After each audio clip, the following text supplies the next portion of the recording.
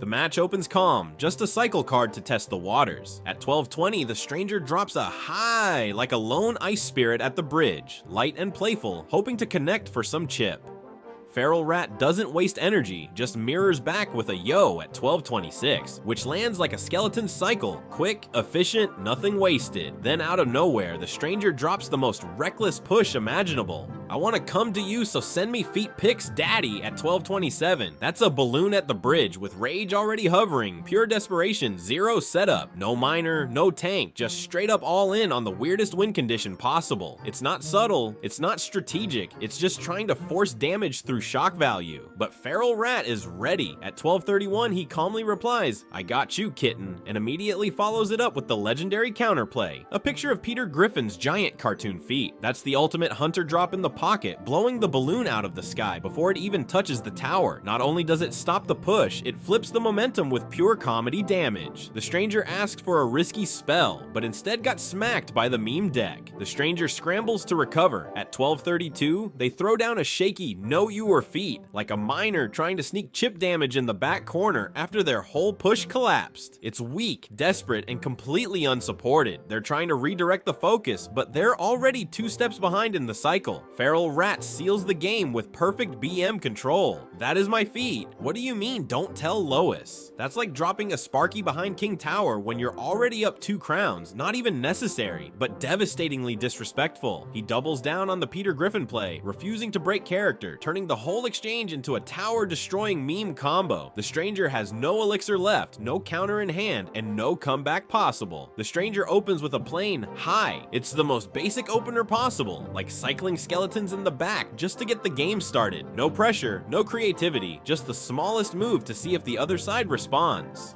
Misamani 1987 answers with "hello." That's a simple, controlled reply, like dropping an ice spirit at the bridge. It's cheap, harmless, and keeps the flow going without committing to a big push. The stranger then lays down, "I am 38 years old, you." This is where the tempo shifts. That's like dropping a golem in the back. Heavy, awkward, and slow, but meant to set up something huge. It's way too much information too early, just like overspending elixir before even scouting the opponent's deck.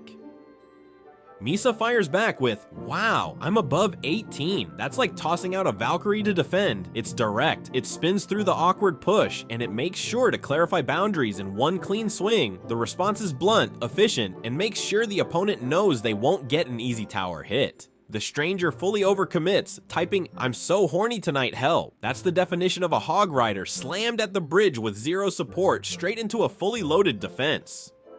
It's fast, reckless, and desperate, trying to land tower damage before the match is even really underway. The stranger starts with, "Yeah, I know," like a calm skeleton dropped in the back, trying to keep the conversation rolling without much effort. The other person fires back with, "Okay, glad we clear things out," which is more like an ice spirit, short, cold, and meant to freeze the situation in place before it drifts into weird territory. But instead of stopping, the stranger doubles down, asking, "Damn, is it really bad to sometimes feel lust?" That's the equivalent of throwing a hog rider straight at the bridge. Fast, aggressive, and obviously aimed at one thing. They immediately follow it with, "Why won't you entertain?" stacking pressure like a mini P.E.K.K.A. behind the hog, hoping something sneaks through. The reply comes in sharp. "If you want someone to entertain you, then find a bar." That's the perfect Valkyrie spin, wiping out the push and shutting down the nonsense with one clean swing. The stranger tries to soften it by saying, "I'm just asking questions." A weak skeleton army attempt, but the answer